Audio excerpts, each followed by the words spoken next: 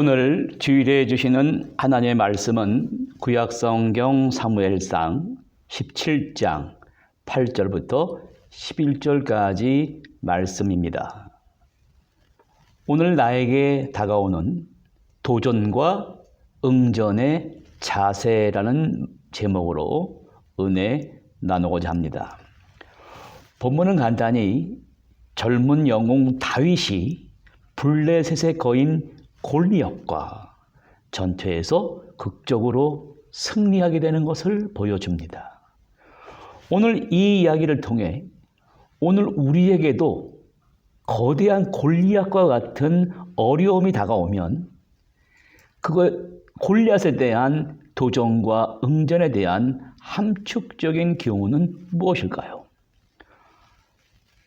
스토리는 이러합니다. 어느 날 블레셋이 전쟁을 선포했습니다. 특별한 비밀 무기가 골리앗이었습니다.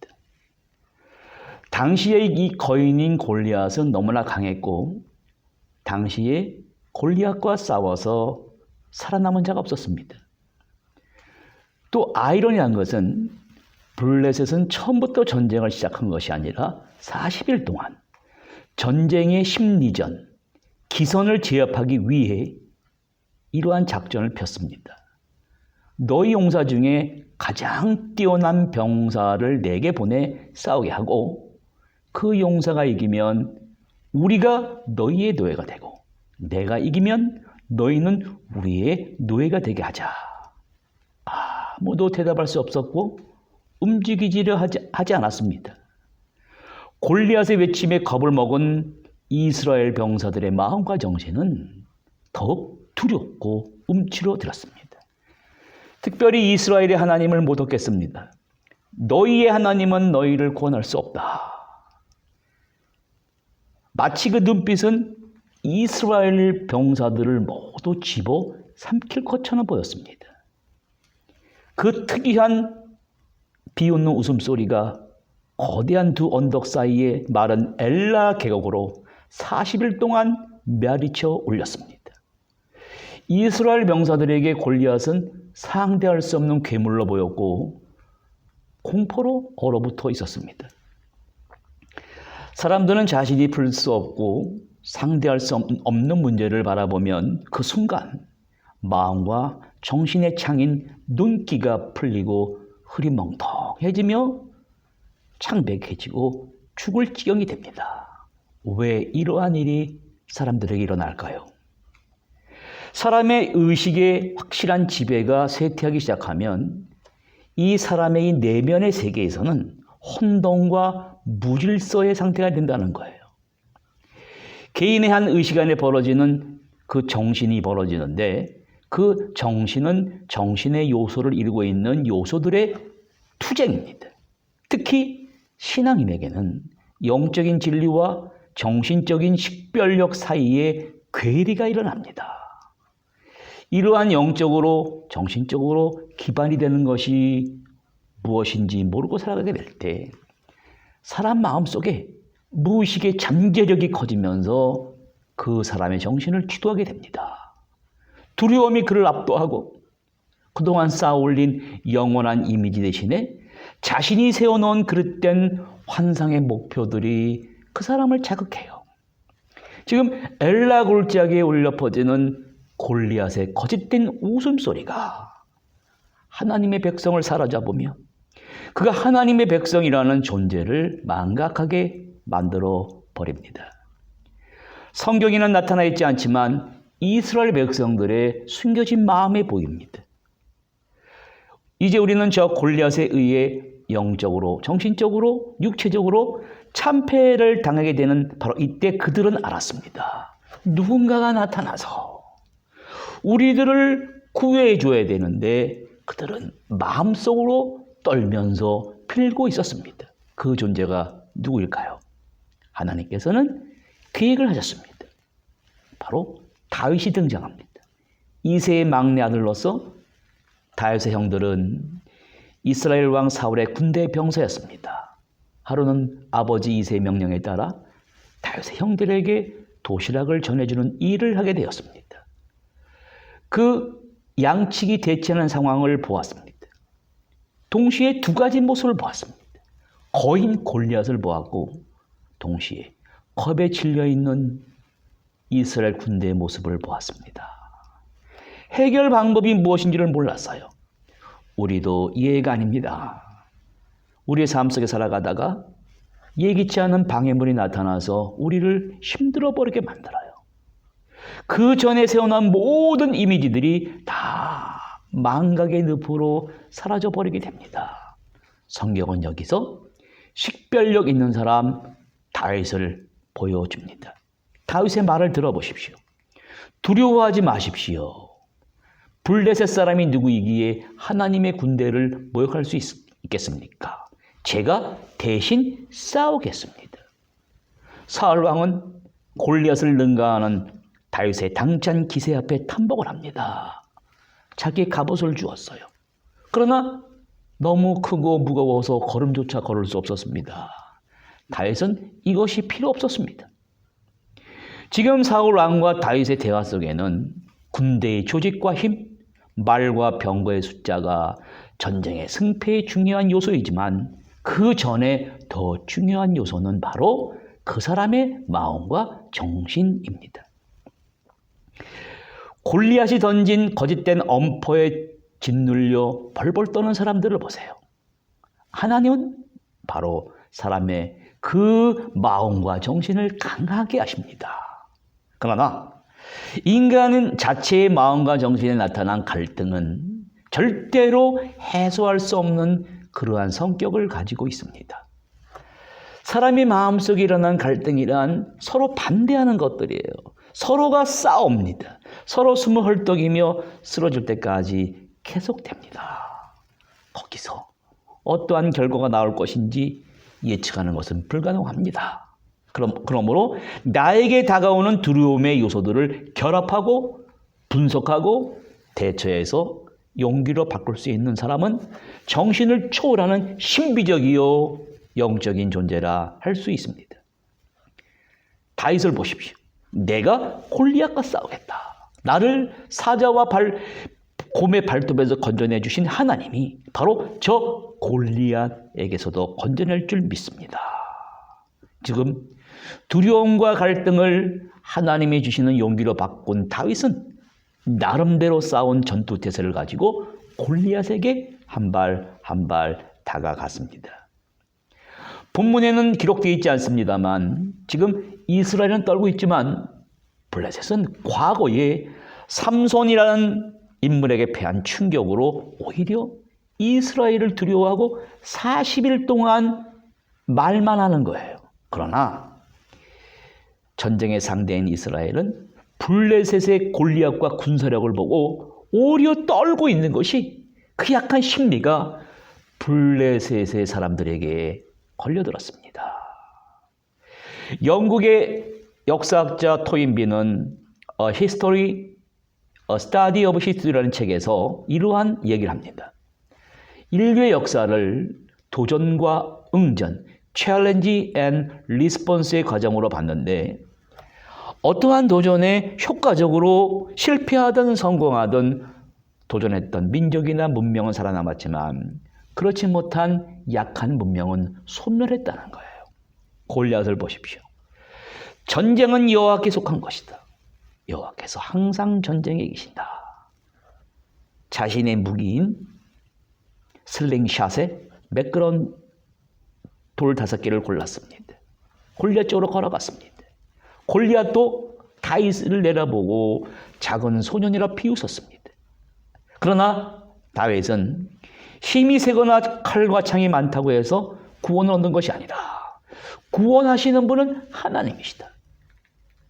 이것은 하나님의 전쟁이므로 하나님께서 전쟁에 이기신다 하면서 자기의 물매에 돌을 하나 올려놓아서 빙빙 빠르게 돌리다가 그 물매를 순식간에 놓았습니다.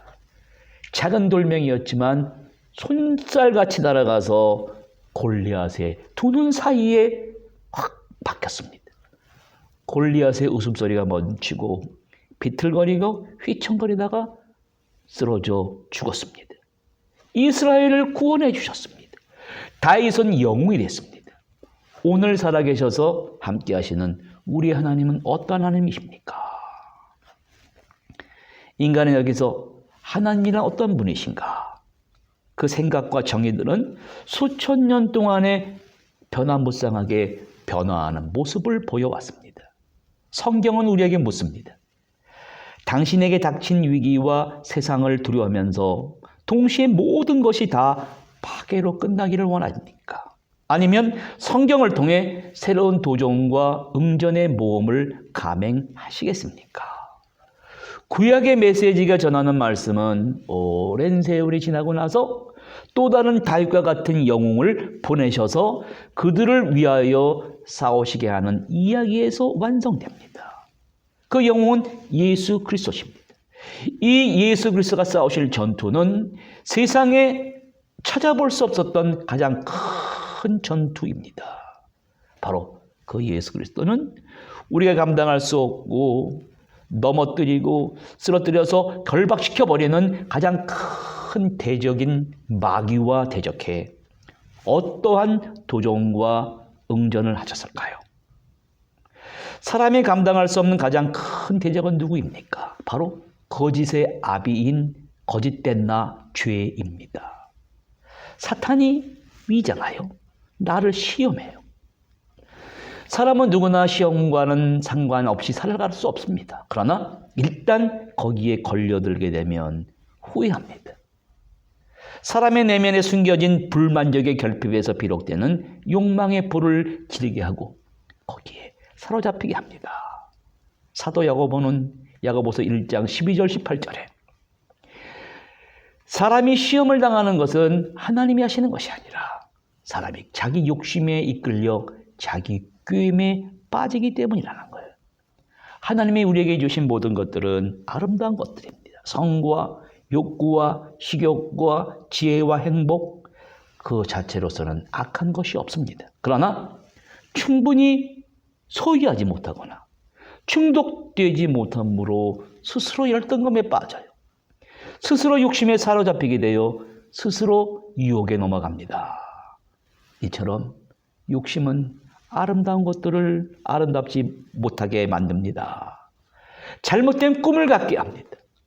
최초의 인류 아담과 이브가 에덴 동산에서 있을 때 사탄이 찾아왔습니다. 선과 악을 알게 하는 나무를 바라보면서 그것이 먹음직도 하고 부함직도 하게 만들었습니다. 하나님과 함께하는 삶의 행복이 아닌 하나님 없이 살아가는 잘못된 행복의 꿈을 갖게 했습니다. 오늘도 사탄은 우리에게 다가와 동일한 전쟁을 벌입니다. 어떠한 사람이 전쟁에서 쉽게 넘어갈까요? 특별히 자라면서 상처가 치유되지 않고 불안과 방황과 결핍 가운데 있는 사람일수록 시험에 빠져들게 됩니다. 그러한 사람은 거짓된 자아로 살아가기 때문에 시험이 올 때 그것을 객관화시켜 볼 수 없어요. 인간의 불행의 원인을 자꾸 왜곡시켜서 그릇된 환상을 갖도록 부추깁니다. 예수님에게도 마귀가 찾아왔습니다. 예수님의 내면의 세계를 터치했습니다. 그릇된 행복의 환상을 갖게 하려고 전쟁에 패배시키려 했습니다마는 예수님은 시험에 빠지지 않았습니다. 히브리서 4장 15절에 그는 모든 점에서 우리와 마찬가지로 시험을 받으셨지만 죄는 없으신 분입니다. 예수님은 시험을 받으셨지만 언제나 하나님과 소통하시면서 살아가셨기 때문에 그분 속에는 거짓된 나가 나타날 수가 없었어요. 예수님에게는 아버지 하나님이 없는 위장된 세계에 대한 동경이나 거짓된 꿈이 비집고 들어갈 틈이 없었습니다. 그런 면에서 예수님은 말씀이 육신을 입으신 참 인간, 참 정신, 참 영혼, 오늘 우리가 가져야 할 참 나의 원형이 됩니다.